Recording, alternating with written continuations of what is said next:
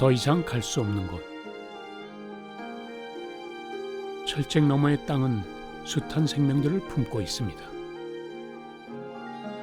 폐허로 변한 지 60년. 자연은 놀랍게도 스스로 온전한 생태계를 일궈냈습니다.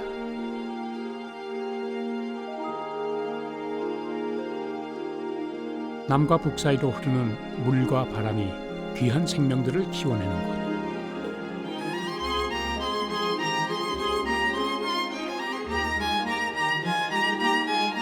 철책이 지켜낸 야생의 땅. DMZ엔 생명이 살아 숨쉬고 있습니다.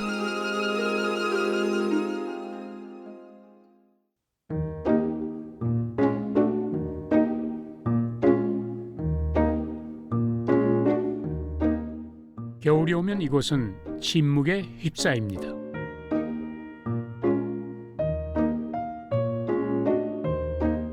얼어붙은 강위를 건너는 고라니들. 겨울은 야생동물에겐 가장 혹독한 시간이죠. 얼어붙은 땅에서 먹을거리를 찾기란 쉽지 않습니다. 굶주린 배를 채우기 위해 사냥은 부지런히 움직입니다.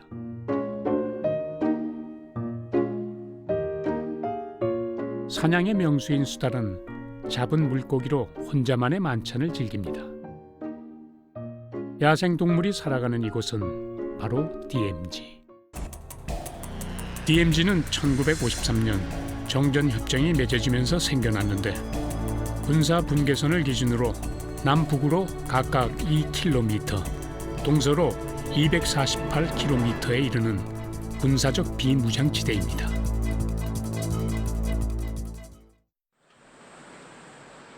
전쟁이 남긴 아픈 상처의 공간인 DMZ는 인간의 출입을 엄격히 통제하고 있습니다. 군인들의 경계가 삼엄한데요. 이곳은 항상 팽팽한 긴장감이 감돌고 있습니다.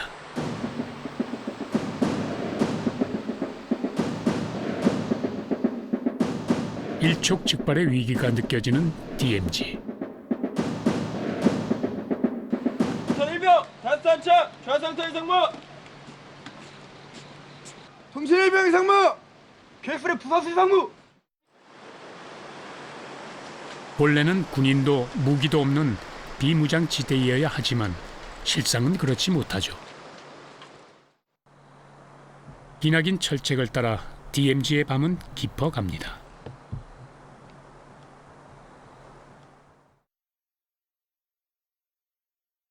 냉전의 역사가 깃든 세계 유일의 분단 유산인 DMZ.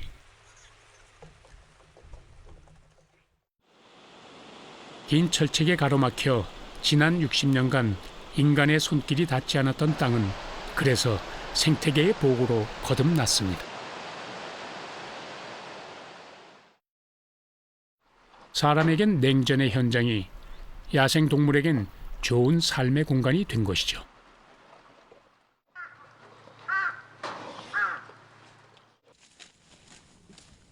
멸종 위기종인 사냥을 가장 가까이서 볼 수 있는 유일한 장소도 바로 DMZ입니다. 200m 밖에서도 낙엽 밟는 소리를 들을 정도로 민감한 사냥은 좀처럼 사람들 앞에 모습을 드러내지 않는데 사람의 간섭 없는 비무장지대에선 예외입니다.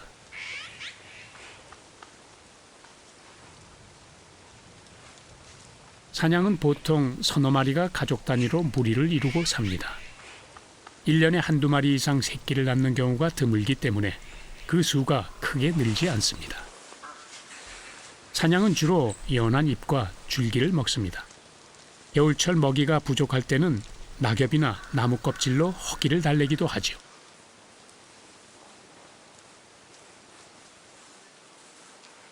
철책 너머에서 또 다른 사냥을 만났습니다. 지척의 거리에서도 마음껏 오가지 못하는 건 사람만이 아니었네요.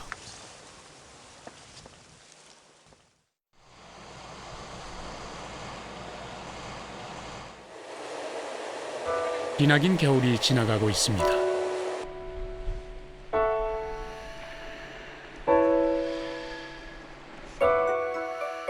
아름다운 탄생의 계절, 봄이 찾아온 것이죠.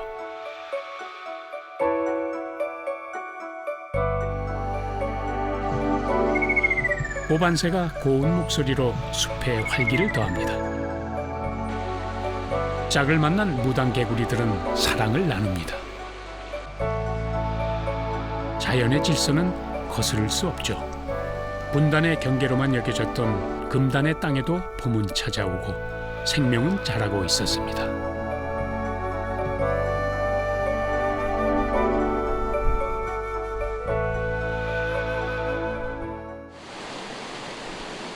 거센 물줄기가 흐르는 계곡 한켠에서 물까마귀 한 마리를 발견했습니다. 물까마귀는 물속을 드나들며 작은 물고기나 수소곤충을 잡아먹는 새인데요. 사냥에 집중하던 물까마귀가 어디론가 날아갑니다.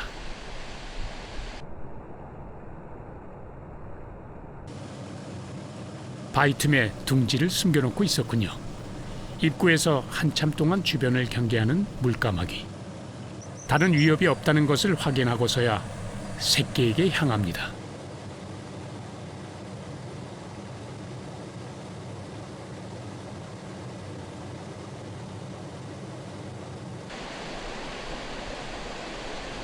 먹이를 보채는 새끼를 위해 어미는 물속으로 향합니다.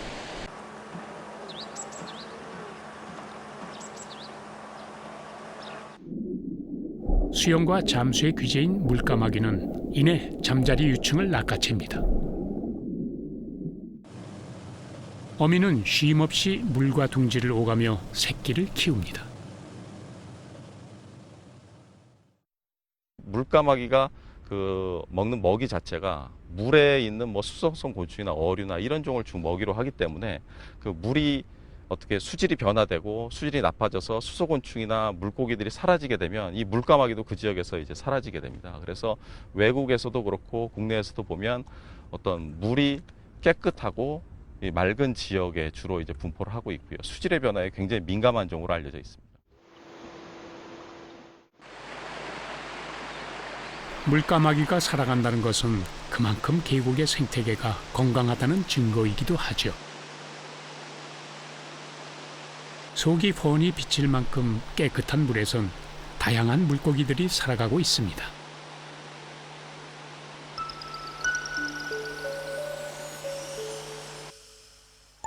평소 사람들의 손길이 닿지 않는 계곡. 손을 넣자 마치 닥터피쉬처럼 물고기들이 호기심에 모여듭니다.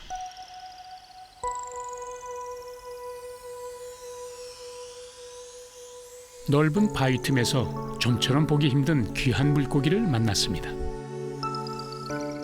우리나라 고유종인 얼록동사리죠. 알을 지키는 녀석은 수컷입니다.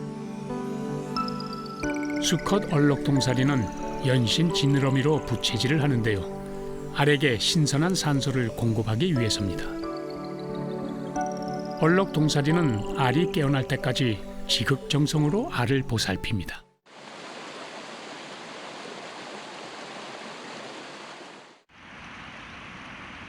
흰목 물대새는 번식 장소가 독특한데 사방이 훤히 뚫린 자갈밭에 둥지를 틉니다.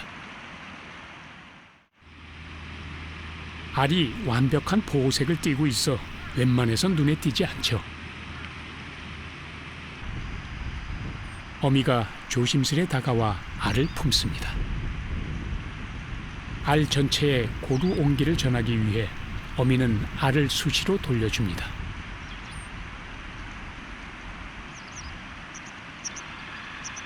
흰목 물대새는 암컷과 수컷이 번갈아 가면서 알을 품습니다.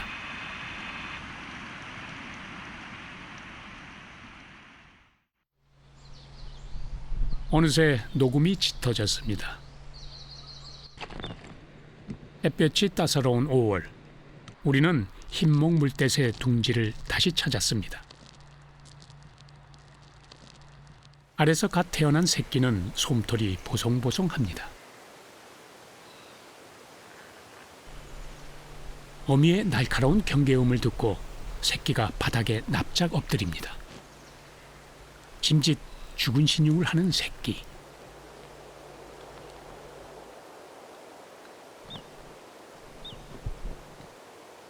어미가 계속 위험하다는 신호를 보냅니다.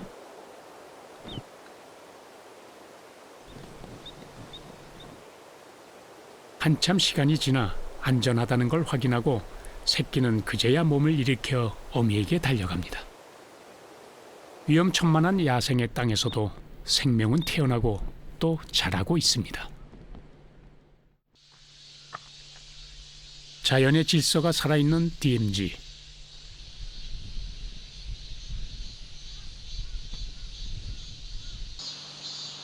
이 땅의 또 다른 터줏대감은 멧돼지입니다. 한여름 뜨거운 태양 아래 하천에서 멧돼지 대가족을 만났는데요. 슬슬 먹을거리를 찾아 나섭니다.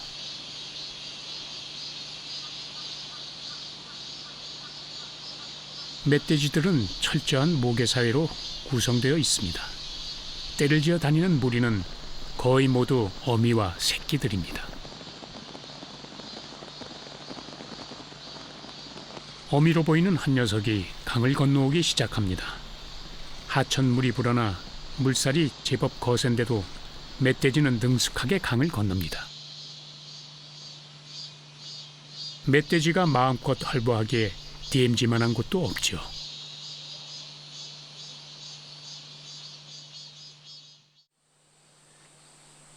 철책은 자연을 인간으로부터 격리시켰습니다. 그 덕분에 DMZ 일대의 생태계는 자연 그대로의 모습으로 남았습니다.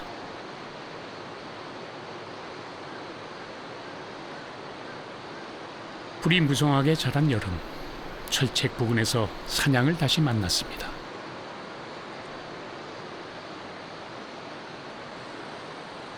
풀을 먹느라 여념이 없는 사냥. 200만 년 전 모습을 그대로 간직하고 있어 살아있는 화석으로 불리죠.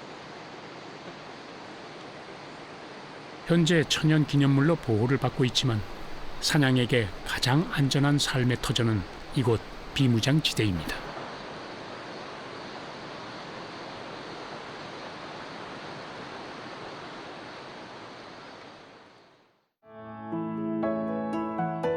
자연의 시간은 어김이 없습니다. 새로운 계절을 또 맞이할 때가 된 것이죠.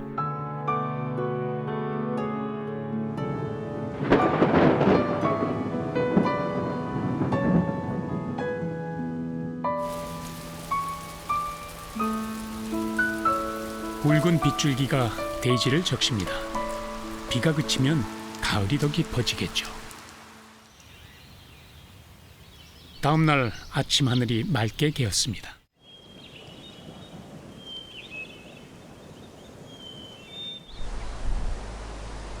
한국 전쟁 당시 전투가 치열했던 가칠봉은 금강산 1만 2천 봉 가운데 유일하게 남한에 있는 마지막 봉우리입니다.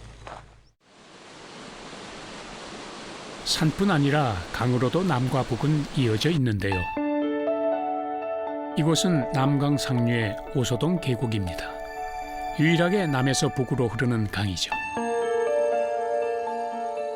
금강산 계곡에서 처음 발견됐다는 금강모치입니다. 금강모치는 산소가 풍부하면서 물이 맑은 계곡에서 살아가는데 최근 그 수가 많이 줄었습니다.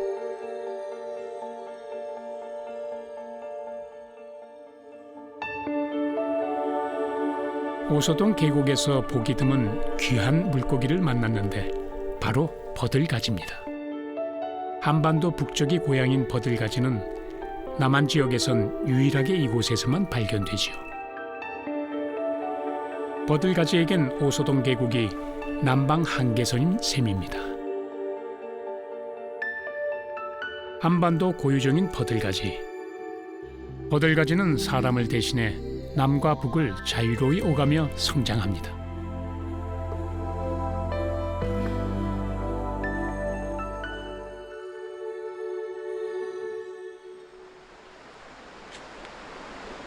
사람의 발길이 차단된 공간. DMZ엔 우리가 미처 알지 못했던 야생의 세계가 숨어 있습니다. 분단과 냉전의 상징에서 생태계의 보고로 DMZ가 새롭게 평가받고 있습니다.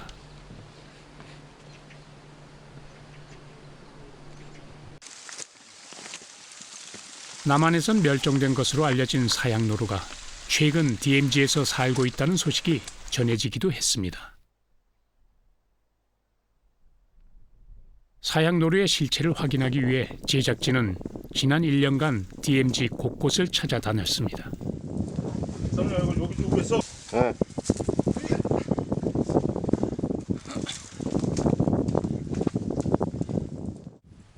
험준한 암벽지대를 중심으로 추적을 하던 중 사양노루의 흔적을 발견했습니다. 바로 배설물인데요. 사양 배설물. 예. 그리고 요거는 그 사냥 사냥 배설물입니다.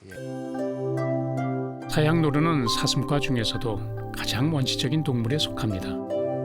사양노루 수컷의 배꼽은 냄새를 풍기는데 번식기에 암컷을 유인하기 위해서죠.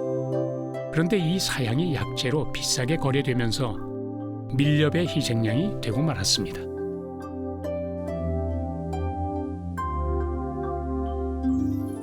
그래서 아마 다른 지역에서는 사양노루가 거의 지금 나타난다는 보고가 사실 없고 이 지역 주변이 아무래도 이제 상태가 아주 괜찮은 것 같고요. 근데 아마 개체수로 봤을 때는 솔직히 저는 평가는 잘 못하겠습니다만 거의 그 생존이 불가능할, 확산이 불가능할 수준까지도 떨어진 것은 아닌가, 상당히 좀 우려를 좀 이제 표하는 그런 실정입니다. 사양노루의 배설물까지 확인한 제작진은 녀석을 볼 수 있다는 기대에 부풀었습니다. 배설물이 발견된 지점에 무인 센서 카메라를 설치하고 사양노루가 나타나기를 기다려보기로 했습니다.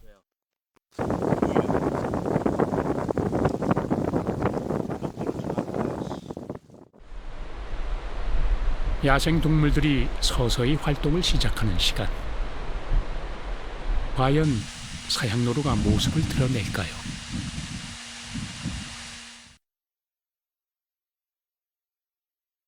그런데 카메라에 포착된 건 사냥이었습니다. 사냥 2마리가 근처를 오가는 모습만 찍혔을 뿐 사양노루가 다녀간 흔적은 찾을 수 없었는데요. 우리는 좀 더 지켜보기로 했습니다. 그즈음 제작진에게 새로운 제보가 들어왔습니다. 멸종 위기종인 붉은 박쥐가 발견됐다는 것이었는데요. 붉은 박쥐가 있다는 곳은 사람의 접근이 힘든 오래된 폐광이었습니다.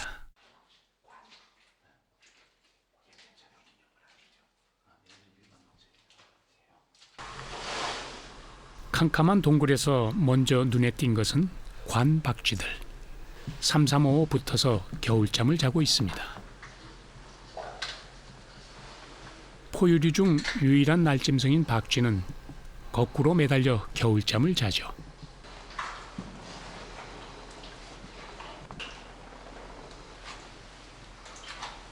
관박쥐들을 지나 좀 더 깊숙이 들어가자 저 멀리 폐광의 끝에서 독특한 빛깔의 박쥐 한 마리가 발견됐습니다.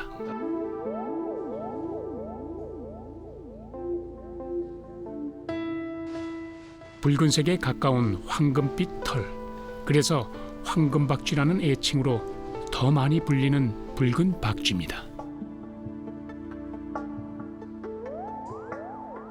붉은 박쥐는 온도나 습도의 변화가 거의 없는 안정된 환경에서 살아가는데요. 그 조건을 충족하기에 폐광이 안성맞춤이죠.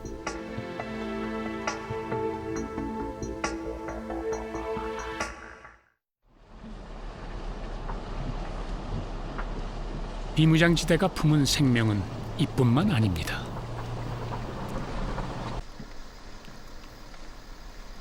긴 점박이 올빼미도 이곳을 터전으로 살아가고 있습니다. 눈이 유독 커다란 긴 점박이 올빼미는 보통 올빼미와 달리 가슴에 세로로 줄무늬가 나 있는 게 특징인데 강원 산간 지역에만 드물게 발견되는 귀한 새입니다. 낮에는 둥지나 나뭇가지 위에서 쉬다가 밤이 되면 먹이를 찾아다니는 전형적인 야행성 새입니다.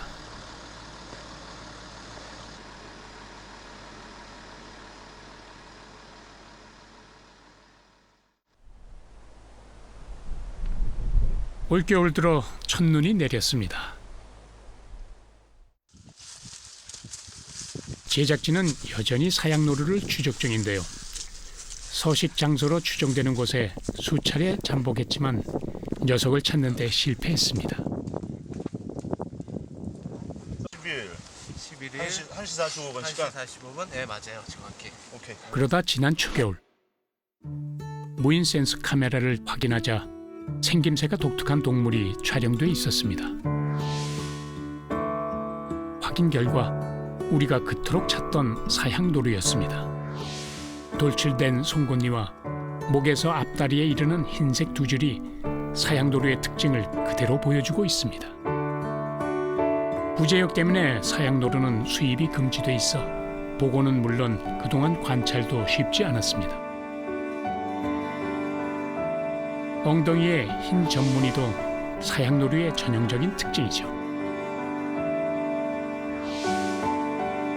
비록 흐릿한 사진이지만 DMZ에 사양노루가 살고 있다는 것을 확인할 수 있었습니다. 이는 사양노루가 다시 우리 곁에 돌아올 수 있다는 희망의 증거이기도 합니다.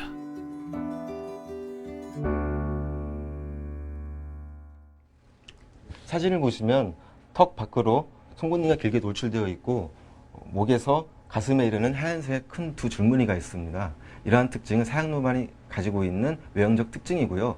또 사진 주변을 보면은 안반이 돌출되어 있는데 이러한 특징 역시 사양노루 서식지 환경의 특징입니다. 사양노루의 경우 과거 30-40년 동안 야생에서 발견된 사례가 극히 드물었습니다. 하지만 최근에 들어서 사양노루 서식지가 한 곳 두 곳 밝혀지고 있고요. 그럼에 따라서 사양노루와 같은 멸종 위기종의 보호 대책이 절실히 필요한 상황입니다.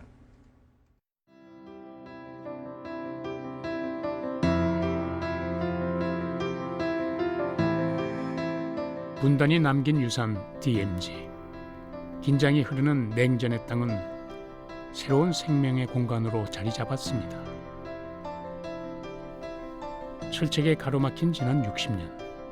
그 오랜 시간은 자연을 제 모습으로 돌려놓았습니다. 인간의 발길을 허락하지 않았던 비무장지대. 우리는 이곳에서 귀한 생명들을 만났습니다. 자연의 법칙에 따라, 야생의 순리에 따라 저마다 다른 생존 전략을 가지고 살아가는 야생 동물들. 그들이 있어 DMZ는 살아있습니다.